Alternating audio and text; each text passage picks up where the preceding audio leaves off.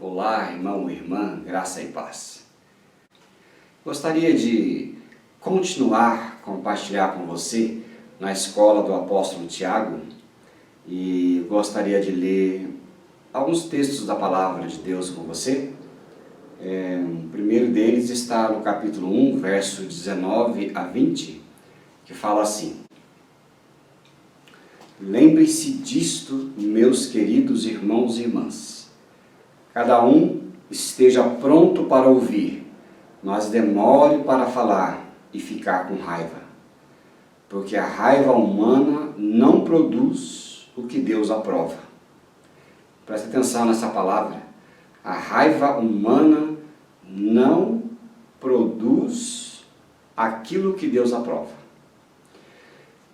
Ao longo da carta do Tiago tem muitos temas e esse tema é um deles. Eu vou ler ainda o capítulo 3, verso 1 a 12. Presta bastante atenção, se quiser acompanhar comigo. Olha que interessante. Meus irmãos e irmãs, somente poucos de vocês deveriam se tornar mestres na igreja, pois vocês sabem que nós, os que ensinamos, seremos julgados com mais rigor do que os outros. Todos nós sempre cometemos erros. Quem não comete erro no que diz é uma pessoa capaz de controlar todo o seu corpo. Presta atenção, eu gosto muito dessa versão da Bíblia, que ela fala assim que quem não comete nenhum erro no que diz é capaz de comandar todo o seu corpo.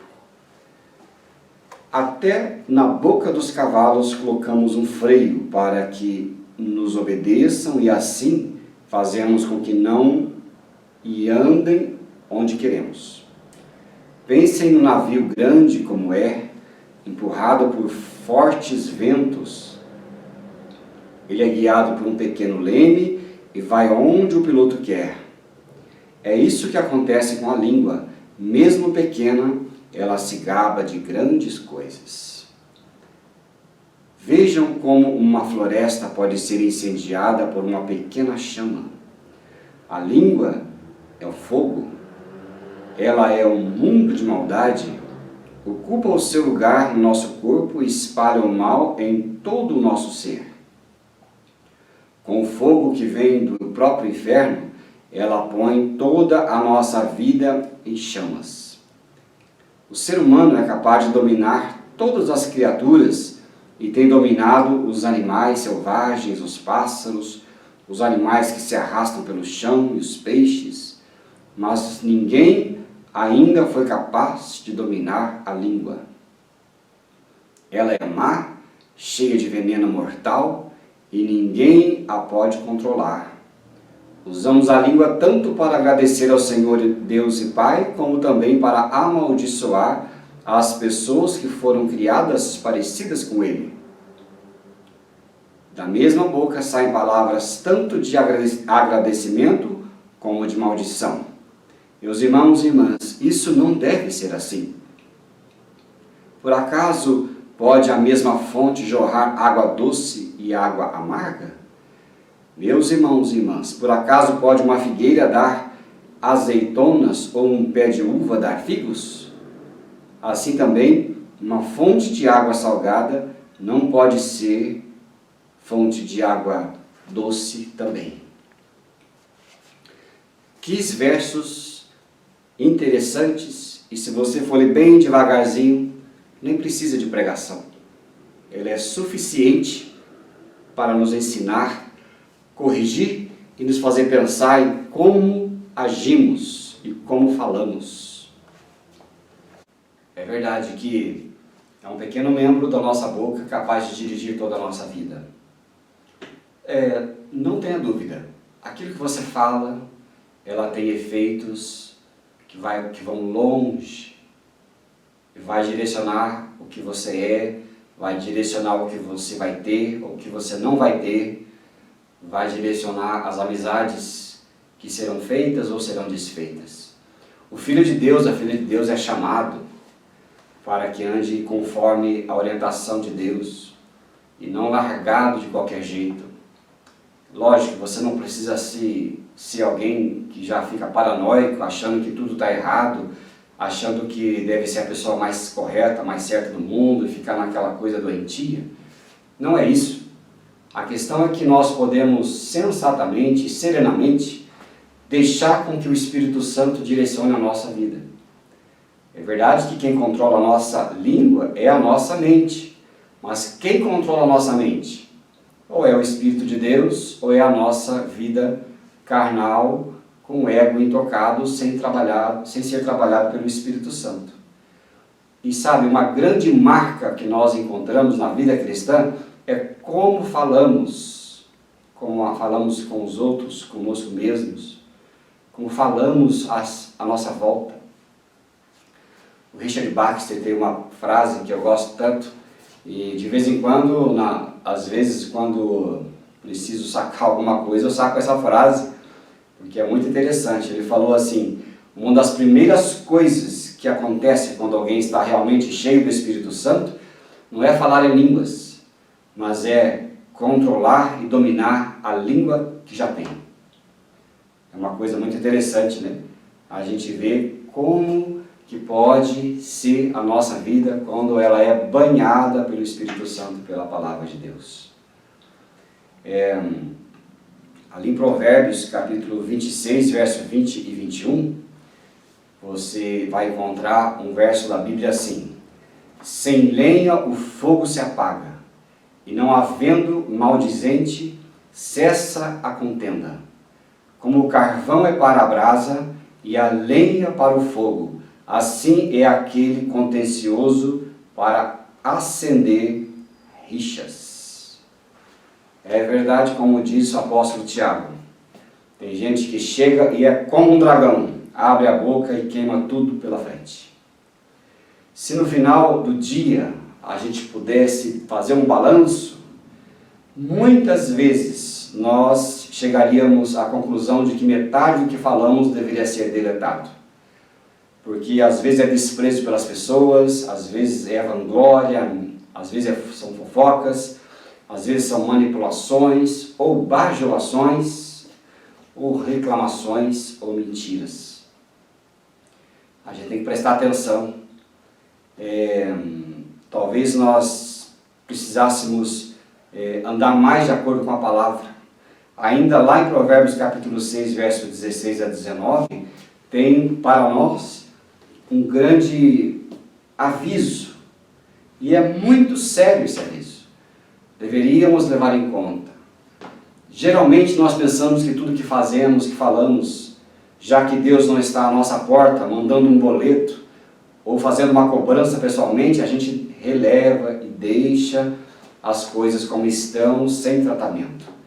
Mas olha, eu sei que não é assim.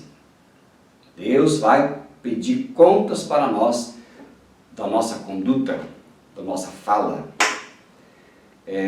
Então diz assim lá em Provérbios 6, verso 16 em diante: 6 coisas o Senhor aborrece, e a 7ª ele abomina: olhos altivos, língua mentirosa, mãos que derramam sangue inocente, coração que trama projetos iníquos, pés que se apressam a correr para o mal, testemunha falsa que profere mentiras, e o que semeia contenda entre as pessoas. Olha que coisa séria. O semeador de contenda, a semeadora de contenda, o Senhor abomina. Eu conheço muita gente que não sabe por que sua vida vai mal. Por que as pessoas em sua volta são como elas acham e sabem que estão erradas. Eu sei que elas colhem muitos frutos que não gostariam de colher. E não sabem por quê. Mas na verdade precisam fechar essa brecha de maldição, que é o descontrole da língua, que não foi e não é trabalhada pelo Espírito Santo. Porque a língua fala, a boca fala daquilo que está cheio dentro do nosso coração.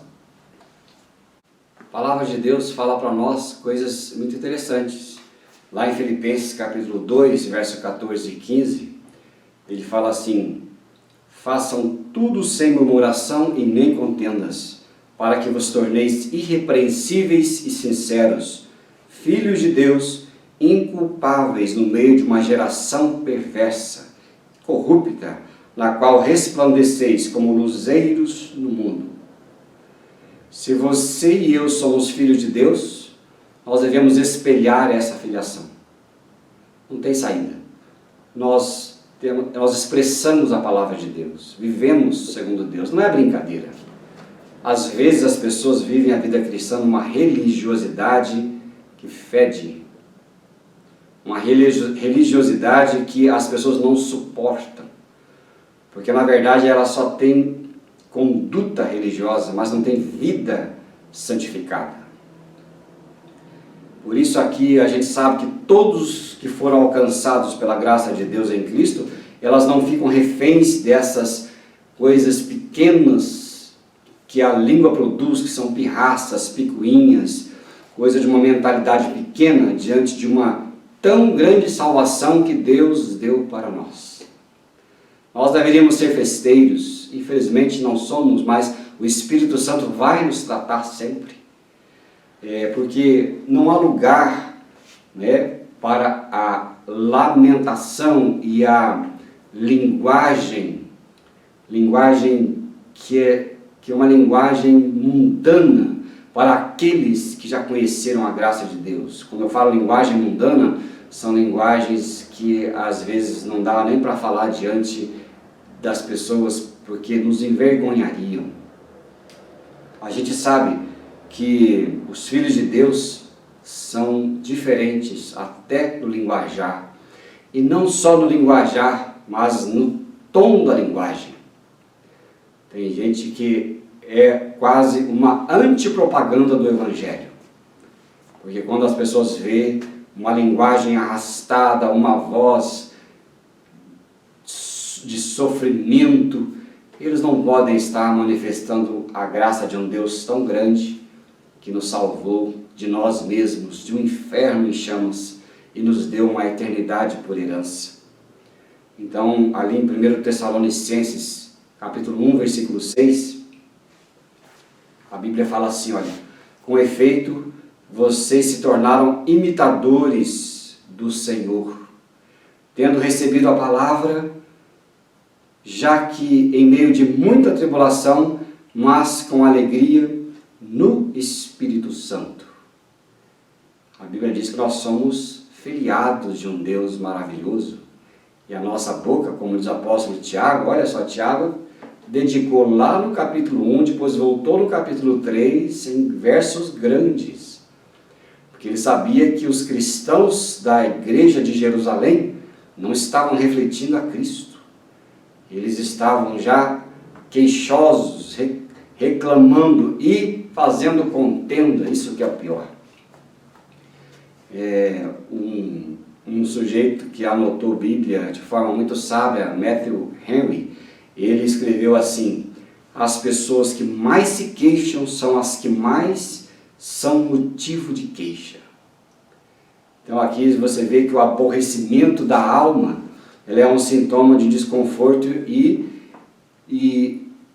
desapegado, né, aos propósitos de que Deus tem para nós. Quando a gente se entrega aos queixumes, nós estamos dizendo: Pai, meu Deus, você não é capaz de tomar conta da minha vida e dessa situação. Nós não podemos ser assim, nós precisamos a cada dia manifestar a glória de Deus. Não desconfiar dos seus cuidados, mas confiar de que Ele é um Deus que cuida de nós. Nós deveríamos ser mais serenos, e a nossa língua deveria ser mais pausada. De vez em quando a gente é corrigido, né? Lá em casa, às vezes, alguém destrambelha a falar e a gente já começa a dizer: ô, boca solta, para um pouquinho. E aí a gente vê o quanto estamos, que a nossa mente divaga e a nossa língua desparafusa, né? E começa a fazer e falar o que quer. Mas, às vezes, é assim mesmo. Nos queixamos demais. mais, e como diz o Henry, as pessoas que mais se queixam são aquelas que as outras mais têm motivo de queixa. Porque ninguém aguenta alguém cujas palavras não têm freio. E se nós conhecemos a Deus em Cristo, nós temos a palavra como subsídio no nosso banco de dados emocional. Devemos sempre lembrar das palavras do Senhor e devemos sempre, na conduta com as pessoas, nos perguntar o que Jesus faria ou o que Ele diria neste momento. E nós ficamos sempre expostos ao trabalhar do Espírito Santo. É isto que o Tiago está dizendo aqui para os cristãos. Deixe-se trabalhar para o Espírito Santo, porque a língua de vocês está mostrando que vocês não estão na garagem divina para receber o seu auxílio e o seu reparo. Nos relacionamentos, nós deveríamos também prestar muito atenção quando julgamos. A língua, ela julga demais, porque nós nos mostramos como aqueles que se sentam na cadeira errada, na cadeira de juiz. Mas ninguém no reino de Deus tem condições de julgar a quem quer que seja, sem incorrer também na categoria de um réu culpado da igual sentença. Ninguém percebe aquilo que não é. É muito interessante de ver isso. Às vezes a gente se pergunta por que eu vejo aquela pessoa muito maliciosa e às vezes estão fazendo um julgamento de algo que não acontece. Muitas vezes é porque os maliciosos somos nós, e assim vale para qualquer matéria da vida. O crítico, além de exercer uma pose de superioridade, quando julga os outros, ainda se constitui suspeito na condição de incriminado. Cuidado quando julga. Segundo a Bíblia, o mesmo juízo crítico que usamos para apreciar a vida dos outros deve ser objeto do nosso próprio exame, sobre a mesma categoria e debaixo do mesmo padrão. Eu me lembro de um verso de Jesus que ele fala assim, dar e dar-se-vos-á, boa medida, recalcada e sacudida. Depois ele fala, porque na mesma medida do que vocês julgarem, vocês serão julgados também. Jesus disse isso, você se lembra bem? Ainda mais o apóstolo Paulo, quando fala acerca do julgamento, ele comenta lá em Romanos capítulo 2, versículo 1, exatamente o que nós dissemos agora, que eu disse agora. Ele fala assim, portanto, és indesculpável, ó você, quando julga, quem quer que seja julgado por você, porque no que julga o outro, a ti mesmo te condenas, pois praticas as próprias coisas que vocês condenam. O apóstolo Paulo também está concordando com Tiago. Ó você que condenas, a ti mesmo te condenas, pratica as próprias coisas que você condena. Eu detesto os moralistas. Esses moralistas, seja de qualquer filosofia que seja da autoajuda, seja os seculares, seja os pregadores evangélicos que gritam o tempo todo, gritam a falha e a culpa dos outros como se ele mesmo não fosse réu das mesmas coisas que a sua gritaria anuncia. Eu já saio de perto, meu ouvido já fecha, porque eu sei que todos nós somos pó, feitos da mesma essência, temos a mesma programação e as mesmas dificuldades. Jesus falava isso sobre os fariseus. Eles falavam assim, vocês dizem aos outros coisas que nem com o dedo mínimo vocês querem mover, mas falam porque é bonito, porque os outros aplaudem. Mas cuidado. Lembre-se que a pessoa que se preocupa com a degradação dos outros, no fundo, ela está investindo na sua própria promoção. Afinal de contas, quando eu desço os outros, eu acho que eu subo. Mas o grande engano são dessas pessoas. Jesus fala de seu discurso lá no Evangelho de Mateus, que o problema desses críticos maldosos era uma viga minúscula que estava atravessada no fundo do seu olho, que ele falou que era uma trave no olho. Mas mesmo assim, ele insiste em ver o cisco no olho dos outros, ignorando o seu. Então, alguém disse muito interessante assim: ninguém é tão crítico das pequenas falhas quanto o culpado das grandes. Nós precisamos ser humildes. Ao invés de julgar, pedir misericórdia. Não interessa a vida dos outros e nem julgar os outros. E que proveito tem se eu puder criticar sem ao mesmo tempo ajudá-los a se levantarem, a se recomporem naquilo que eu julgo? O silêncio, ele é prata e ouro. Se nós tivermos algum direito de julgar alguém, isso só poderá acontecer quando estivermos realmente disponíveis para adequadamente, então, auxiliar aqueles a quem queremos e deveríamos querer de fato ajudar. Alguém disse de modo muito apropriado assim: se não estivermos dispostos a ajudar uma pessoa a vencer suas falhas, há pouco valor em apontar as suas falhas.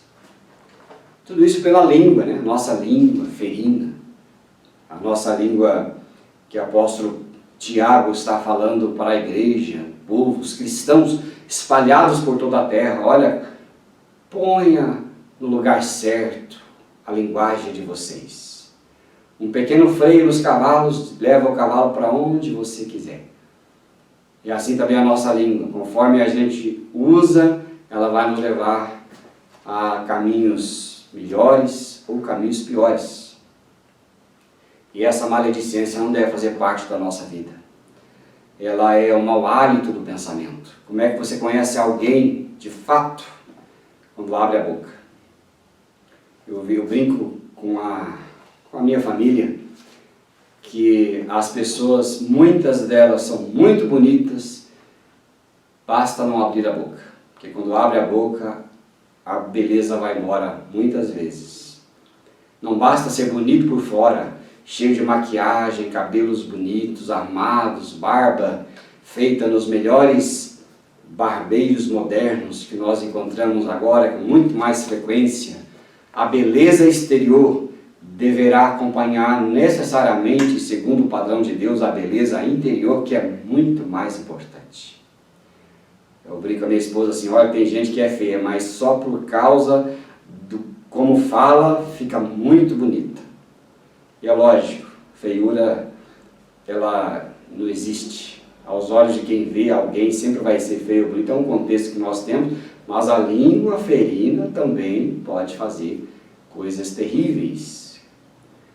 A gente vê em Romanos 14, versículo 4, quem és tu que julgas o servo alheio?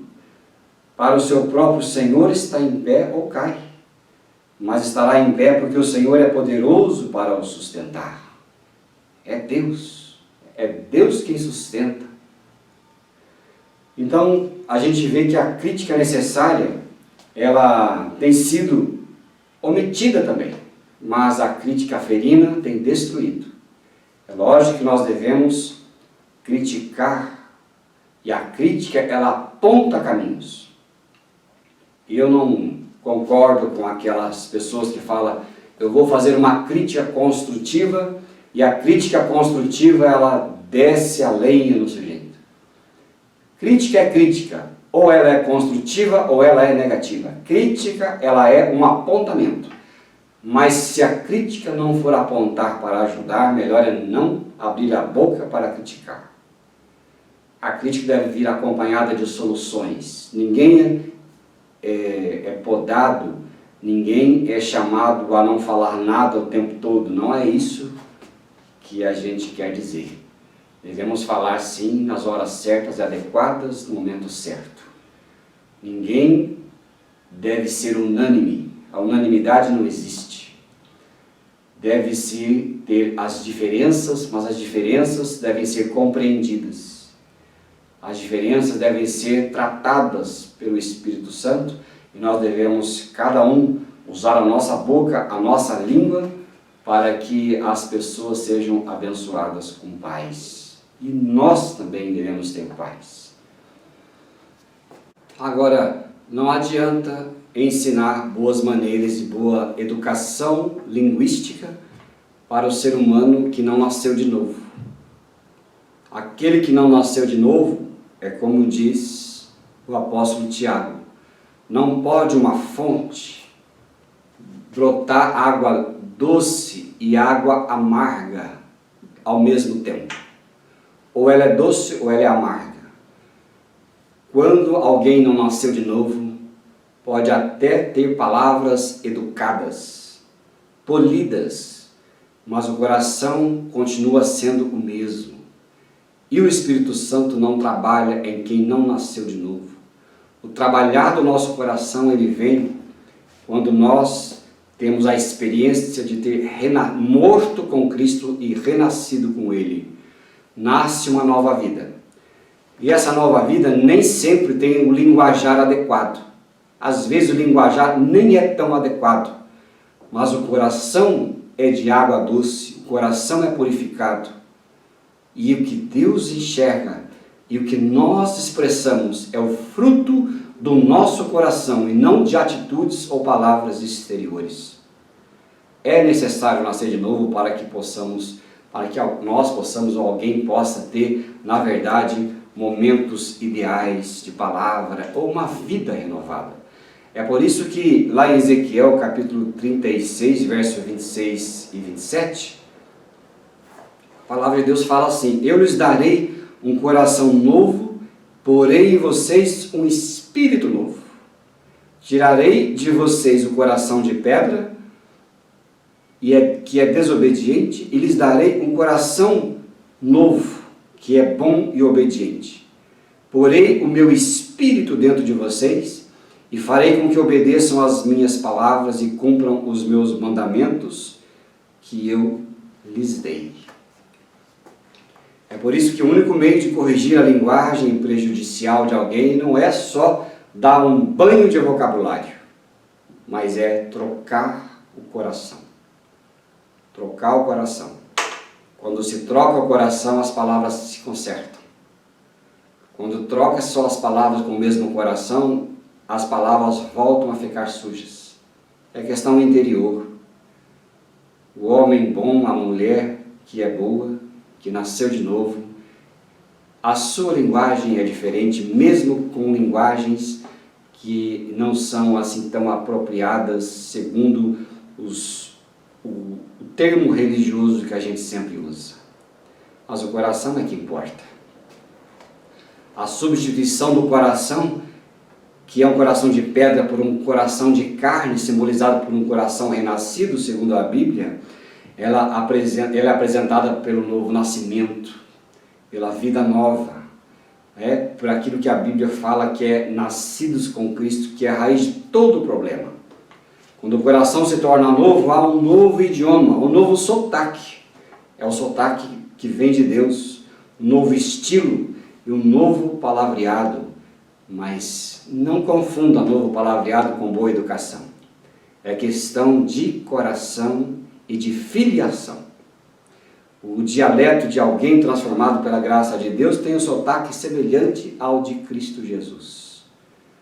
Jesus era diferente no ser. Ele nem falava coisas tão diferentes assim. Mas o que ele dizia era banhado por autoridade, por alguém que era compreensivo, que era alguém manso, no falar, na sua linguagem. Olha, tem gente que eu conheço que até fala muita coisa com razão e com verdade na linguagem, na fonética, mas na sua postura, nem que Deus falasse pela sua boca, eu ouviria. Porque a linguagem é completamente em desacordo com o espírito manso e tranquilo que a gente identifica como Jesus Cristo era. Isso que importa. John Wesley dizia que às vezes podemos matar alguém com a Bíblia na mão, por causa do nosso jeito de ser, nosso jeito de falar. Isso é muito interessante. Sei que algumas pessoas próximas a mim reclamam do meu jeito de falar, que às vezes é um jeito mais enfático, né? E às vezes ele nem vem com um tom correto. Poderia ter o mesmo efeito se eu falasse um pouco mais manso. É verdade. Eu procuro me policiar todos os dias. Eu procuro banhar aquilo que eu falo com as pessoas que são muito próximas a mim, com amor e com mais mansidão. Tem diferença de você falar, está errado, ou você falar, pode ser diferente. E às vezes até o está errado, falado de maneira correta, surte um efeito tão grande. Mas a questão é o tratar do Espírito na nossa vida. A palavra, ele é o barulho da mente, mas o silêncio, ele é o eco da alma descansada em Cristo, disse alguém. Às vezes nem sempre o falar resolve alguma coisa, mas a alma descansada, ela é aquela que expressa a vontade de Deus. E às vezes nem é preciso falar para que outras pessoas nos compreendam, nos entendam. Isso é um grande desafio. Desafio para os cristãos, para mim, para você. Então, às vezes a gente percebe que a mente agitada deixa uma língua muito solta. Enquanto a alma tranquila, muitas vezes fala com o silêncio. É sempre muito oportuno desenvolver o aprendizado das disciplinas espirituais que o apóstolo Tiago mostra, que promovem o silêncio e uma língua controlada pelo Espírito Santo.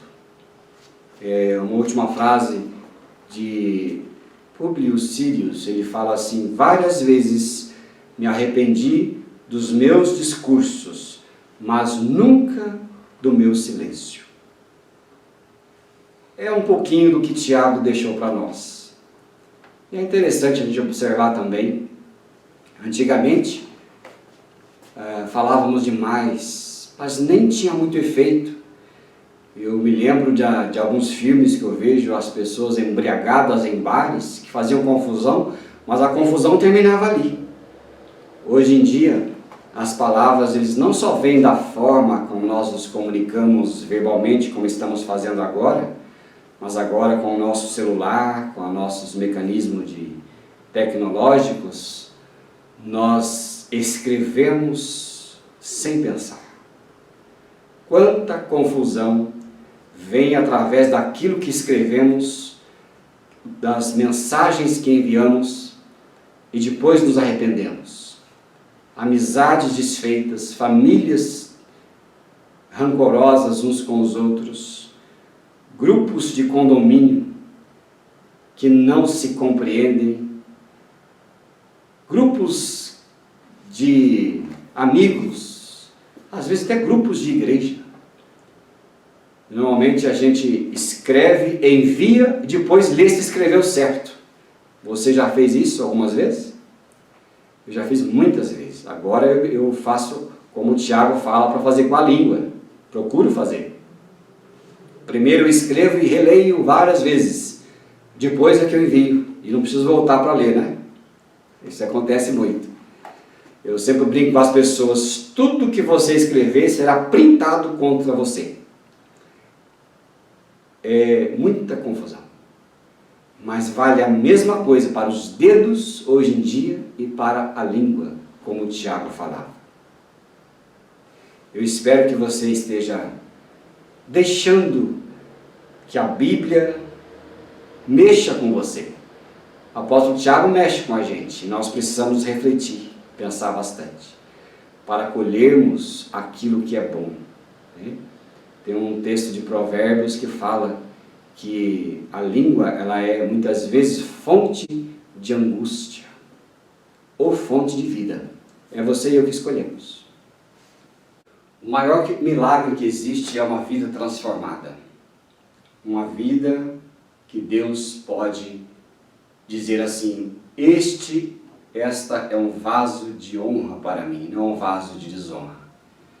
Com a nossa atitude, com as nossas palavras, haverá muitos milagres disponíveis a nós, sem barulho.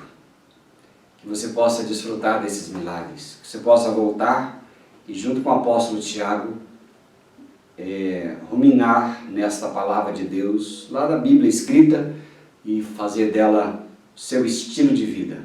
Deus vai te abençoar muito. Eu quero orar com você, que nesta noite você possa deixar Deus tomar conta da sua vida. Às vezes murmuramos bastante por causa das nossas dificuldades, das nossas crises, mas eu quero orar com você agora. Você que está aí no seu lar, que você que está ouvindo esta mensagem agora, faça uma oração sincera junto comigo. Deus vai operar no seu coração, na sua vida, nas circunstâncias que te rodeiam, porque Ele é um Deus vivo. Coloca a mão aí no seu coração, vamos orar juntos.